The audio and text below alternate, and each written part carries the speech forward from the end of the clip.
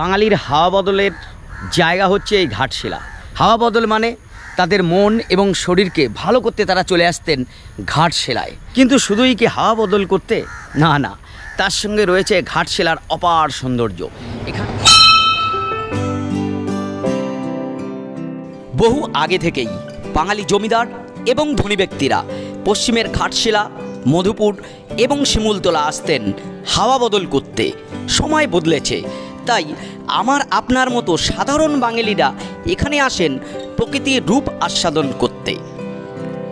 পাহাড়, ঝর্ণা, নদী ও লেকের টানে একদিন ছুটি কাটাতে।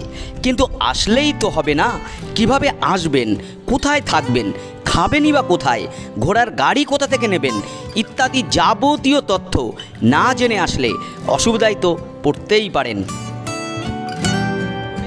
একদিনের ট্যুরে কি করে ঘাটশিলা ঘুরে আসা যায়? আবার কোনো হোটেল লাগবে না, হোটেল ছাড়াও আপনি ঘুরে আসতে পারবেন ঘাটশিলায়। এটা কি করে সম্ভব? অবশ্যই সম্ভব, দেখাবো চলুন। বারবিল জনশতাব্দী ছাড়ে 6টা 20-তে, 6টা 25-এ ছাড়ে তিতলিগড় এক্সপ্রেস। এই দুটো সকালের ট্রেন ধরে গেলে কিন্তু আপনাদের খুবই ভালো হবে। একদিনের মধ্যে আপনারা ঘাটশিলা কিংবা টাটানগর ঘুরে আবার কলকাতায় ফিরে আসতে পারবেন। তো এরকমই একটা ট্যুর হতে চলেছে আমার আজকে। এতক্ষণ যা শুনলেন, একদিনে ঘুরে আসতে চাইলে সকালের এই দুটি ট্রেনের মধ্যে যে কোনো একটা করে 9:30টার মধ্যে ঘাটশিলা নামতে হবে। হাওড়া থেকে দূরত্ব 214 কিলোমিটার, সময় লাগবে 3 ঘন্টা। ট্রেন ভাড়া সেকেন্ড সিটিং 125 টাকা, এসি চেয়ার কার 400 টাকা। খড়গপুর পার হয়ে লোদাশুল জঙ্গল পেরিয়ে ঘাটশিলা। দিনের আলোয় এই ট্রেন জার্নিও আপনার একটি উপরি পাওনা হবে।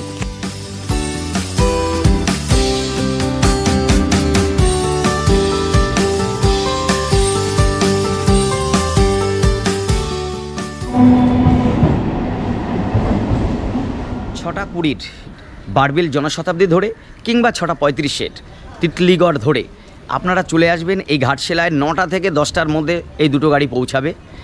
এসে তারপর আপনার বাইরে থেকে অটো নিতে হবে। এক্সিট হোটেলে না থেকে ঘাটশিলা ভ্রমণ, তার প্রথম পর্যায়ে শুরু হচ্ছে অটো ভাড়া করা।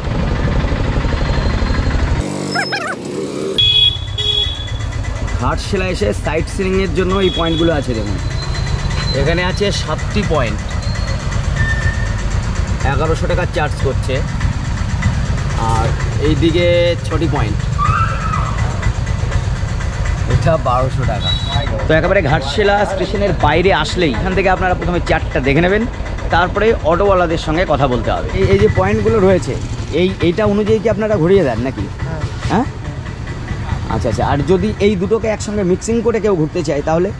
মিক্সিং করে ঘুরতে চায় তো রেট একটু কম বেশি হয়ে করি, কম বেশি করে নেয়। মানে এখানে আসলে কেউ ঠকে যাবে না তো আপনাদের জন্য? কেউ ঠকতে পারবে না। আর মানে এখানে যদি আপনি আসেন, মানে যেভাবে পয়েন্টিং করা রয়েছে আপনাকে ঠিক সেইভাবে ঘোরানো হবে। এখানে কোনো 2 নম্বরই কারবার নেই, মানে বার্গেনিং সম্ভবত করতে হবে না। সেক্ষেত্রে আপনি যদি মিক্সিং পয়েন্ট করেন সেক্ষেত্রে হয়তো আপনার একটু কথা বলে নিতে হবে, এই ব্যাপার। এই অটোগুলো সকাল থেকেই দেখুন এখানে চলে আসবে। অর্থাৎ আপনি যখন এখানে 9টা 9:30 নাগাদ নামবেন, নামার পরেই এই অটো স্ট্যান্ডে আপনি আসবেন ডাইরেক্ট। আপনার কোনো হোটেলের প্রয়োজন নেই। এসে এখানে কথা বলবেন, এখান থেকে অটো কিংবা এ ধরনের ছোটো গাড়ি নিয়ে আপনি বেরিয়ে যাবেন ঘাটশিলা ভ্রমণে।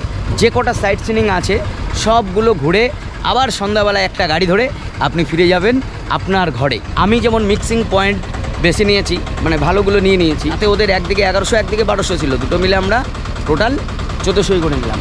এই যে আমাদের ড্রাইভার বাবু অটো ঠিক হয়ে গেছে। এবার কাজ হচ্ছে আপনি স্টেশনের বাইরে থেকে ব্রেকফাস্ট করে নিন। এই রকম দোকানগুলো আছে দেখুন এখানে। এই দিকের খাবারগুলো এরকম। এই গরম ভেজেছেন সকালে? কাকার দোকানে সকালেই ব্রেকফাস্ট করার জন্য তৈরি করেছি ইডলি, তাই তো? কত করে নিচ্ছেন কাকা ইডলি? 20 টাকা প্লেট। কটা দেয়? 4টে। বাহ, আপনারা ইডলিও সকালে ব্রেকফাস্ট হিসেবে খেয়ে নিতে পারেন 4টে মাত্র 20 টাকায়। একদম স্টেশনের বাইরে বেরিয়ে এখানে আছে মা রঙ্কিনী হোটেল। এখানে কিন্তু সকাল দুপুর বিকেল খেতে পারেন। এখানেও মা রঙ্কিনী হোটেল, সমস্ত রকম খাবার কিন্তু একদম ঘাটশিলা স্টেশনের বাইরে থেকে পেয়ে যাবেন। তো একটা জনপদ দেখুন, শহরই বলা চলে ঘাটশিলার। সিংভূম জেলার একটা ছোট্ট অংশ বা ছোট্ট শহরই হচ্ছে কিন্তু এই ঘাটশিলা। আপনার নাম কি? पवन পাবেন 8271722694। শুরু হলো আজকে আমাদের ঘাটশিলা ভ্রমণ পর্ব। প্রথমেই আমরা যাচ্ছি রনকিনী মন্দির, কালীমাতার মন্দির আছে, চলুন সেখানে। এই হচ্ছে মন্দির, দেখুন মূল গেট, দুদিকে দুটি সিংহ রয়েছে। কালীমাতা রঙ্কিনী মায়ের মন্দির ঘাটশিলার একদম স্টেশনের কাছেই আছে, চলুন ঘুরে দেখুন। এটা হচ্ছে ঘাটশিলা রঙ্কিনী মন্দির, বহু প্রাচীন মন্দির, প্রায় 400 বছর পুরনো রাজার মন্দির। এখানে এখনও মহিষ বলি দিয়ে পুজো হয়, আগে নরবলি প্রথা ছিল এখানে। দেখে আসুন ভিতরে যান। তার মানে একটা সময় ছিল যখন কিন্তু এই মাতার মন্দিরে নরবলিও দেওয়া হতো।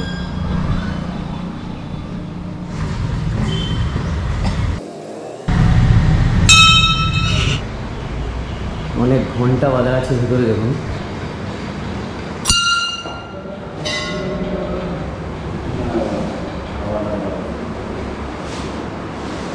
মাতা দেবীর মন্দির দেখুন।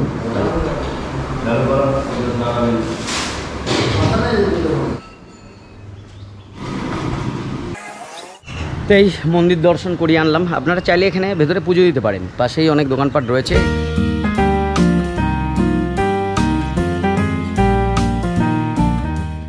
এবারে আমাদের গন্তব্য হচ্ছে রামকৃষ্ণ মিশন এবং মঠ। ঘাটশিলা যদি আসেন তাহলে অবশ্যই চেষ্টা করবেন গণেশের এই কালাকাঁদ খেতে। গণেশ কালাকাঁদ, এটা ঘাটশিলার কিন্তু একটা বিখ্যাত মিষ্টির দোকান। এখান থেকে কালাকাঁদ অবশ্যই খাবেন। এ হচ্ছে গণেশ কালাকাঁদ, দেখুন। কালাকাঁদ হচ্ছে 500 টাকা হচ্ছে 1 কেজির দাম। গণেশ কনে আপ, হ্যাঁ ছেলের নাম আছে, ছেলের নাম আছে। তো কালাকাঁদ এখনও মানে রেডি নেই, তাই না খেতে পারলাম না খাওয়া দেখাতে পারলাম। তো 1 কেজি দাম 500 টাকা, এটুকু জেনে নিন। বিখ্যাত হচ্ছে ঘাটশিলা শ্রীরামকৃষ্ণ মঠ। এই শান্ত স্নিগ্ধ পরিবেশে এবার আমরা ঢুকবো, কিছুটা মনটাকেও ফ্রেশ করে নেওয়া যাক।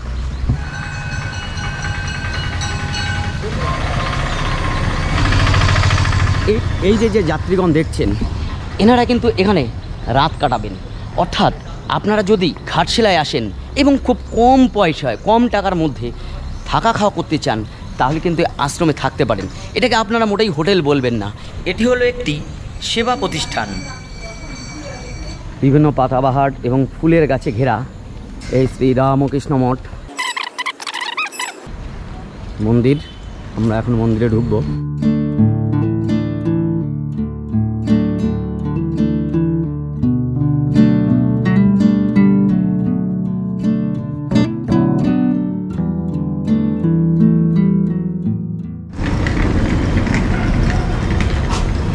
আপনারা এখানে থাকবেন নাকি? না না মানে এখন আছে ওষুধ খেয়ে আর সকালে গেস্ট হাউস কোথায় আছে? ওইখানে। তো এটা হচ্ছে গেস্ট হাউস। এখানে আপনারা স্বামী বিবেকানন্দ মেডিকেল সেন্টার, মানে এখানে মেডিকেল ফেসিলিটিসও রয়েছে। আর যেখানে যেখানে ভারতবর্ষের এই রামকৃষ্ণ মিশন এবং মঠ রয়েছে, সেই জায়গায় তৈরি হচ্ছে আপনাদের মনের শান্তির জন্য, প্রাণের শান্তির জন্য এবং আপনাদের বিশ্রামের জন্য। তো এই হয়ে গেল আমাদের রামকৃষ্ণ মিশন দেখানো। আমরা এখন অন্য স্পটে যাব। যাই হোক, জায়গাটি খুবই শান্ত নির্মল জায়গা, ভালো লাগলো। আপনারা আসলে অবশ্যই এখানে থাকার চেষ্টা করবেন। এই যে মেন রোড, তার থেকে আমরা কিছুটা ঢুকে যাচ্ছি ভেতরে। এখানে আমরা যাব এখন বিভূতিভূষণ বন্দ্যোপাধ্যায়ের বাড়ি গৌরীকুঞ্জে।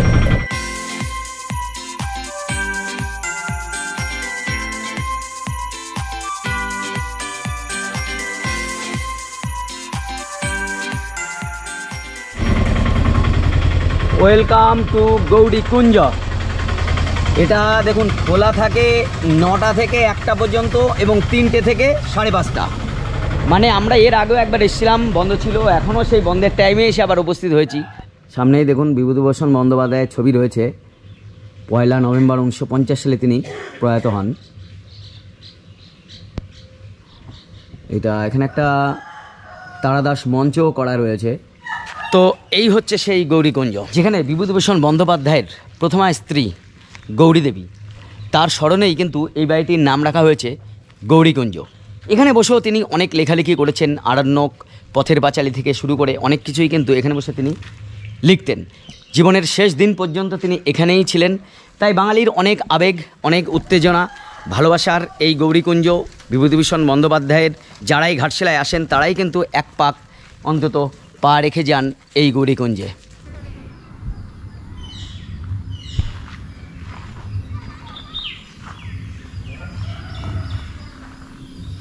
হিন্দুস্তান কপার লিমিটেড মানে তামার খনি আছে। আপনারা জানেন ছোটনাগপুর মালভূমি হচ্ছে খনিজ ভাণ্ডার বলা হয় ভারতের। সেই খনিজ ভাণ্ডারের একটা খনি অর্থাৎ কপার তামার খনি হচ্ছে বিখ্যাত এই ঘাটশিলায়।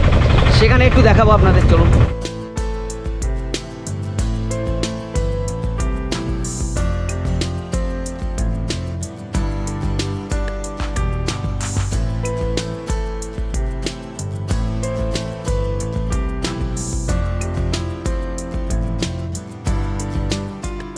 এই এখন কপার লিমিটেড বন্ধ হয়ে গেছে। আপনারা আসলে এখন ভেতরে ঢুকতে পারবে না, বাইরে থেকে দেখে যেতে হবে। কপার আর এখন নেই।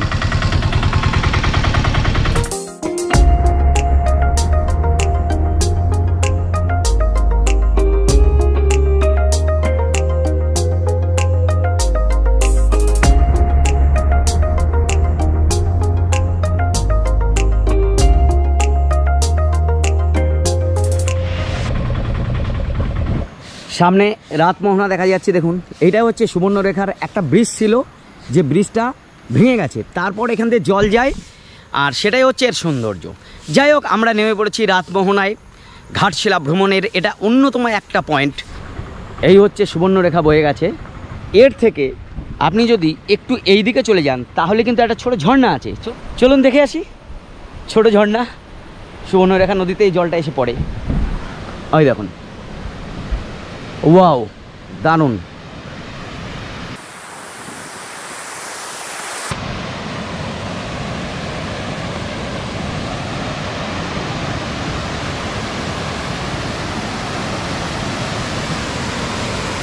Wow, nice nice.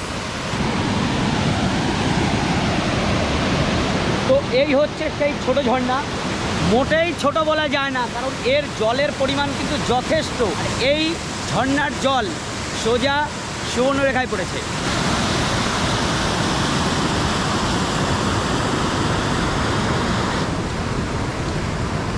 এটা হচ্ছে রাতমোহনার অন্যতম একটা ভালো লাগার জায়গা। সুবর্ণরেখা নদীর জল এর ভেতর দিয়ে পার হচ্ছে, এটাই হচ্ছে ব্যাপার। এই যে ফ্লোগুলো যাচ্ছে দেখুন, জলটা বেরোচ্ছে, জলটা গিয়ে ওইখানে গিয়ে আটকাচ্ছে। এটা আসলে মাছ ধরার একটা কৌশল।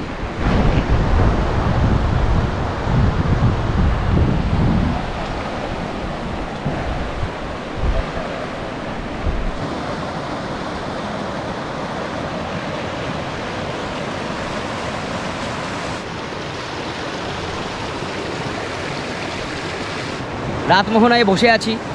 আসলে জায়গাটা এত অপরূপ, এত সুন্দর, তেমন কিছু প্রাকৃতিক দৃশ্য নেই, কিন্তু সুবর্ণরেখা নদী, এই জল যাওয়া, ওই ছোট ঝর্ণা, এই সব কিছু মিলেমিশে এখানে একটা বিকেল বা একটা সকাল কাটানোর জন্য খুব ভালো লাগবে। তো এটাই দেখানো হয়ে গেল। চলুন এবার অন্য কোনো স্পটের খোঁজে যাই। এই ঝর্ণে কে নাম क्या है? बेनासोल झरना। হ্যাঁ, बेनासोल झरना। বেনাসোল। সব কিছু তো জানা সম্ভব নয়, লোকাল গাইডেরও প্রয়োজন হয়।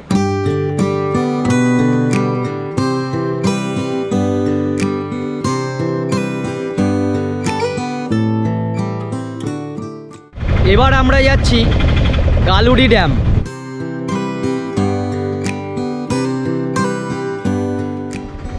তো এই যে ছোট ব্রিজ দেখুন, এবং এই ক্যানেল, এই ক্যানেলের জল আসছে কিন্তু গালুড়ি ড্যাম থেকে। এবং এই দেখুন এখানকার স্থানীয়। কিরে, কি নিয়ে যাচ্ছিস? হ্যাঁ, ক্যানেলের পাশ দিয়ে আপনারা যাবেন গালুড়ি ড্যামে। অপরূপ রাস্তা, মানে মন ভরে যাবে একেবারে।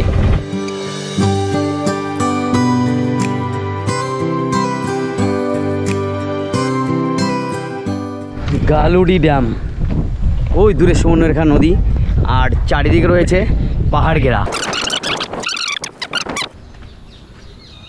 এ হচ্ছে গালুডি ড্যামের জল, যে এর পাশ দিয়ে আমরা এসেছিলাম। দূরে পাহাড় সারি দেখুন।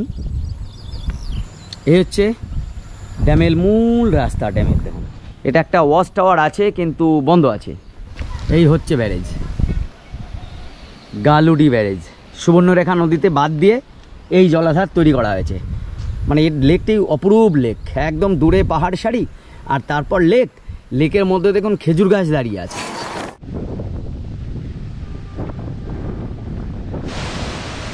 ও অপরূপ দৃশ্য, অপরূপ দৃশ্য। দেখুন গালুডি ড্যাম, ওই দূরে পাহাড়, তার উপরে মেঘ, আর এদিকেও সবুজ অরণ্য। সব কিছু তার প্রকৃতির দান হয় না, এটা মানুষের তৈরি প্রকৃতির উপরে। গালুডি ব্যারেজ। সুবর্ণরেখা নদীতে জল কম থাকার অন্যতম কারণ কিন্তু এই ড্যামে অনেকটা জল আটকে রাখা হয়েছে, যার জন্য সুবর্ণরেখায় জল কম থাকে।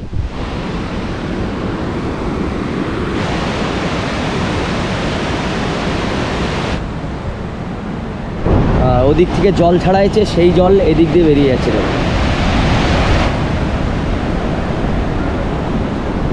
This is the view. Galudi ড্যামও আমাদের দেখানো হয়ে গেল। এরপরে আমরা অন্য কোথাও যাব।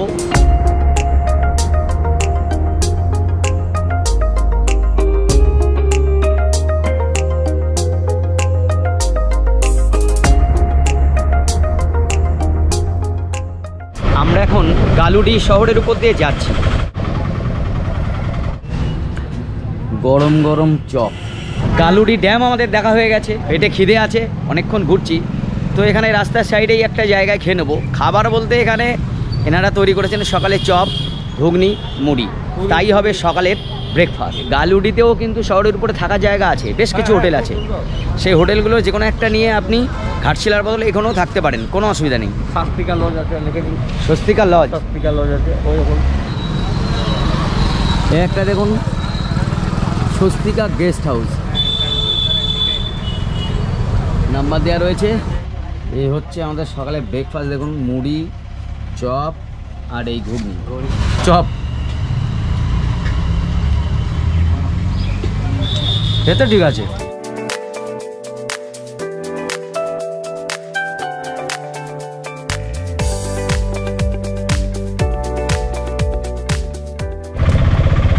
ফুলডুংরি। এখন এসে দাঁড়ালাম ফুলডুংরি হিলস, তার একদম বেস ক্যাম্পে বলা যায়। এই যে অটো, পবনদা দাঁড়িয়ে আছেন অটো নিয়ে, আর একদম হাই রোডের পাশে এটা। আর এবার আমাদের এই দিক দিয়ে খানিকটা হাঁটতে হবে উপরে, মানে হালকা ট্রেক বলা যেতে পারে। তারপর আমরা পৌঁছাবো সেই কথা সাহিত্যিকের স্মৃতি বিজড়িত জায়গায়। শাল সেগুন গাছ, গাছে ঘেরা এই ফুলডুংরি পাহাড়।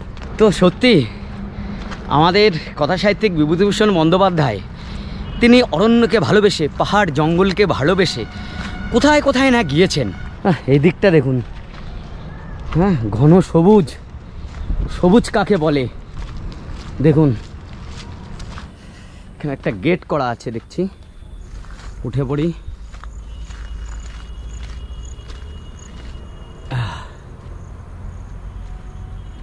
এই হচ্ছে টপ। এই টপে আপনারা ফুলডুংরি হিল, এখানে আসতে পারেন। তো বসে আছি ফুলডুংরি হিলের উপরে।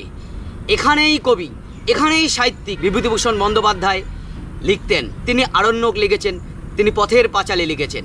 এই প্রকৃতি, এই সবুজ অরণ্য, এই পাহাড় পর্বত, এগুলো তার সমস্ত লেখনীতে ধরা পড়েছে।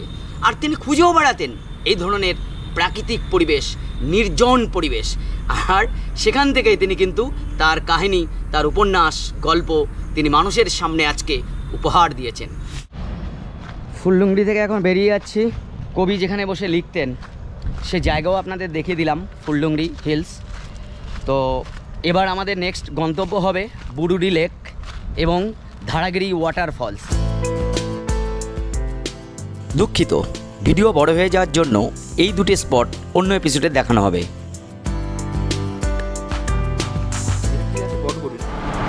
Welcome to Pather Panchali. Pather Panchali restaurant দেখুন, একেবারে রাস্তার উপরে। এখন ব্যাপার হচ্ছে ঘাটশিলা এসে আপনারা কোথায় খাবেন, ঠিক চিন্তা তো থাকেই। তো একটু ভালো হোটেলে যদি বা রেস্টুরেন্টে আপনারা খেতে চান, তাহলে এই পথের পাঁচালী ঘাটশিলায় স্টেশনের কাছেই এখানে আপনারা খাওয়া দাওয়া করতে পারেন। স্টেশনের সামনেও অনেক দোকান আছে, সেখান থেকেও আপনারা খেতে পারেন, কিন্তু তার কোয়ালিটি কিন্তু খারাপ হবে, কিন্তু রেটটা কম হবে, কিন্তু কোয়ালিটি খারাপ হবে। আর এর রেটটা সামান্য বেশি, কিন্তু কোয়ালিটি ভালো হবে।